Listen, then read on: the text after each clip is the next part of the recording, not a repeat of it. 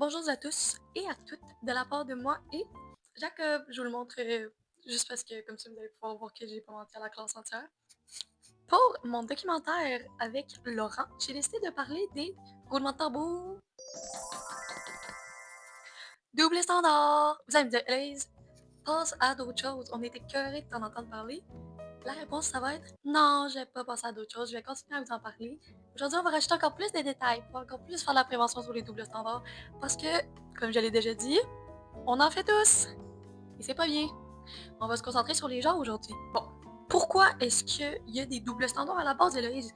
Tu nous as déjà dit que t'aimais pas ça, les doubles standards, mais tu nous as pas expliqué pourquoi est-ce que dans notre société, il y a autant de doubles standards.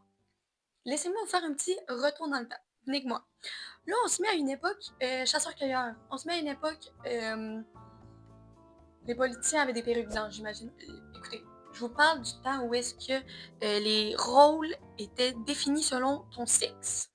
L'homme allait chasser et la femme s'occupait des enfants. La femme était là pour produire et reproduire et s'occuper de la maison, faire le ménage. Ça date de là, les doubles standards, ça date des rôles qu'on donnait aux hommes et aux femmes. En 2025, c'est quoi? Pourquoi est-ce que tu me parles de ça? Ben, c'est parce que les doubles standards, imaginez-vous que ça vient de ça a créé des normes sociales. Des normes sociales, c'est quoi? C'est une société au complet. On s'est comme mis des règles entre nous qu'il fallait jamais dépasser. Par exemple, on tient la porte à quelqu'un. Par exemple, on peut pas chanter du Céline Dion si on est dans l'avion. Tu sais, norme sociale. Norme sociale, c'est un homme et une femme ne sont pas la même personne. Un homme et une femme ne peuvent pas avoir le même niveau de réussite. Un homme et une femme ne peuvent même pas être comparés dans un même milieu. Le problème avec les rôles qu'on a donnés au genre il y a des centaines d'années, c'est qu'ils sont encore structurés dans nos normes sociales aujourd'hui. Par exemple, un homme doit toujours être viril et confiant. Une femme doit toujours être douce et patiente. Et ça va dans toutes les catégories de tous les jours. Par exemple, en amour. Un homme doit être confiant, doit être séducteur, doit pouvoir aller voir la fille, les femmes qui l'intéressent. Une femme doit être approchable, mais pas trop. Ne doit pas être séductrice, sinon elle est facile. C'est la même chose avec les standards de beauté. Par exemple, un homme doit être grand, musclé, prêt à défendre. Mais une femme doit être fragile, petite, belle, puisqu'elle est encore là un certain trophée qu'on garde à la maison. Comme si c'était la Coupe Stanley ou la Coupe du Monde FIFA. Apparemment que je sais c'est quoi. En fait, vraiment pas. Laurent, il va sûrement être fou, j'ai dit ça. Ensuite, ça va même aller au travail. Par exemple, un homme qui a du succès à son travail, un homme qui a de la réussite, c'est un homme qui a travaillé fort, qui est compétent, qui s'est battu pour être là. Et une femme, c'est de la chance. Peut-être qu'elle a couché avec un boss. On n'est pas tant sûr. À ce moment-là, c'est naturel. L'humain, on aime ça, faire des préjugés. On aime ça, faire des stéréotypes. Ça nous rassure, ça met du monde dans des cases. Comme ça, on n'a pas trop besoin de se comparer à eux. À ce moment-là, je pense que c'est ça le problème, c'est qu'on n'aime pas trop voir la différence. Mais je crois que maintenant, on est rendu plus que 8 milliards dans le monde. Il y en a de tous les couleurs. Il faut arrêter de se contraindre à ce qu'on est habitué de voir dans les films ou dans les époques des hommes aux perruques blanches. Maintenant que vous et moi sommes des experts en double standard, vous allez m'accompagner parce que j'ai décidé de faire ma petite enquête. J'ai décidé que ça allait pas être moi aujourd'hui qui allait vous comparer les hommes et les femmes pour voir comment est-ce qu'on a facilement le préjugé. J'ai décidé de démontrer, grâce à des interviews, qu'on a déjà tous des préjugés et que c'est un handicap pour notre société.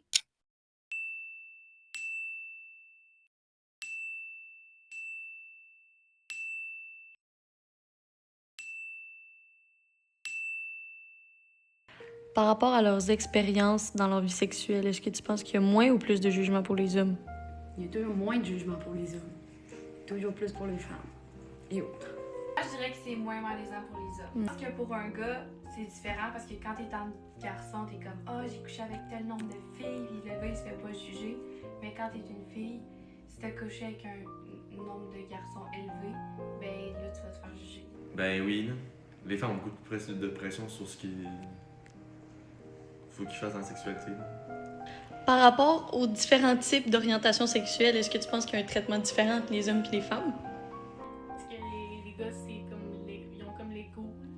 C'est pas comment expliquer, les filles ont comme sa facilité à accepter. Puis il y a plus, j'ai vraiment l'impression, ben, c'est pas une impression, c'est vrai, là, les garçons qui sont gays qui se font plus juger que les filles lesbiennes. Oui, je trouve que les hommes gays versus les femmes lesbiennes reçoivent beaucoup plus de discrimination que les femmes lesbiennes parce qu'elles sont elles aussi sexualisées par les hommes.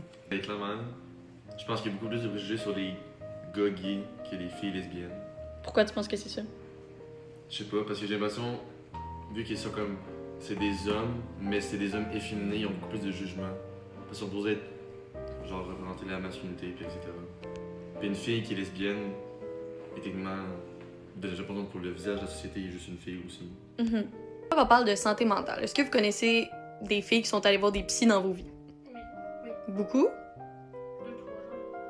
Moi, j'en connais beaucoup de mes amis. Est-ce que tu connais beaucoup de filles qui sont allées voir des psychologues? Quelques-unes, oui. Est-ce que tu connais beaucoup de filles qui sont allées voir des psys? Oui, Est-ce que tu connais beaucoup d'hommes qui sont allés voir des psys? autant. En tout cas, ils m'en ont pas parlé. J'en connais, mais beaucoup moins. C'est moins accepté, je trouve, pour les hommes d'aller consulter et aller chercher de l'aide. Est-ce que ça vous est déjà arrivé dans une discussion avec des hommes de pas vous sentir écouté, contrairement à s'il y a un autre homme qui va dire de quoi, lui va être écouté? Oui. Avec des hommes, on dirait qu'ils parlent tout le temps plus fort, puis c'est difficile de comme, mettre ton opinion. Puis peu importe ce qu'on a à dire, tout d'un coup, ils ont quoi de plus intelligent qu'ils veulent. C'est rare qu'ils essaient d'entendre ton point, genre. C'est ça, ils vont toujours me corriger sur mon point pour que ça fasse plus de sens, même si ça faisait déjà du sens ce que je disais. Mettons. Oui, tout ce qui est politique, tout ce qui est un sujet parlé plus par les hommes de base, une femme qui va vouloir donner son opinion est toujours moins entendue que les hommes. Est-ce que tu as déjà eu l'impression que dans une discussion, les femmes ils t'écoutaient pas vu que t'étais un homme? Absolument pas. Moi, c'est une discussion avec quelqu'un, c'est une femme ou un homme. Est-ce que ça t'est déjà arrivé d'être avec plusieurs hommes puis qu'il y a une femme qui essaie de dire de quoi puis qu'on l'écoute pas? Oui. Bouh! J'aime pas ça.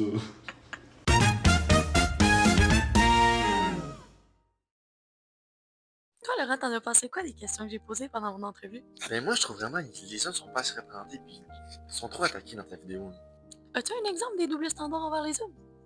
Les hommes sont trop discriminés s'ils ont des émotions. Ils peuvent pas vivre ce qu'ils veulent vraiment vivre. Les hommes, là, on est obligé d'avoir un cœur de pierre, avoir zéro émotion. Tu sais, si mettons, je me fais pogner à pleurer sur Bambi, là, on va me faire juger. On va me faire respecter parce que moi j'ai pleuré sur Bambi. Là. Mais Hello, elle, si elle pleure sur Bambi, c'est bien normal. Pour dédramatiser la chose, il est important de savoir que les doubles standards sont acquis. On ne naît pas en ayant des aussi gros préjugés envers l'autre.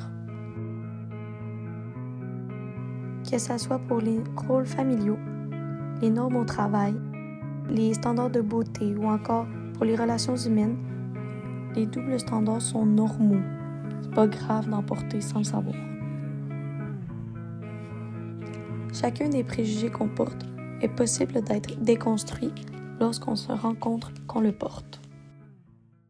En conclusion, c'est en faisant des comparaisons qu'on peut réaliser qu'on est absolument tous dans le même bateau et que c'est assez idiot d'avoir le réflexe de juger et de mettre tout le monde dans des cases comme ça. Moi, je pense que le plus gros du bout du chemin est fait. Je pense pas que c'est utopique de penser que c'est possible d'avoir une société sans double standard. Merci. Tu devrais me mettre en conclusion. Les filles sont les meilleures. Voilà la discrimination. C'est un double standard. C'est un double standard. Je fais de la discrimination envers les hommes. Je le sais.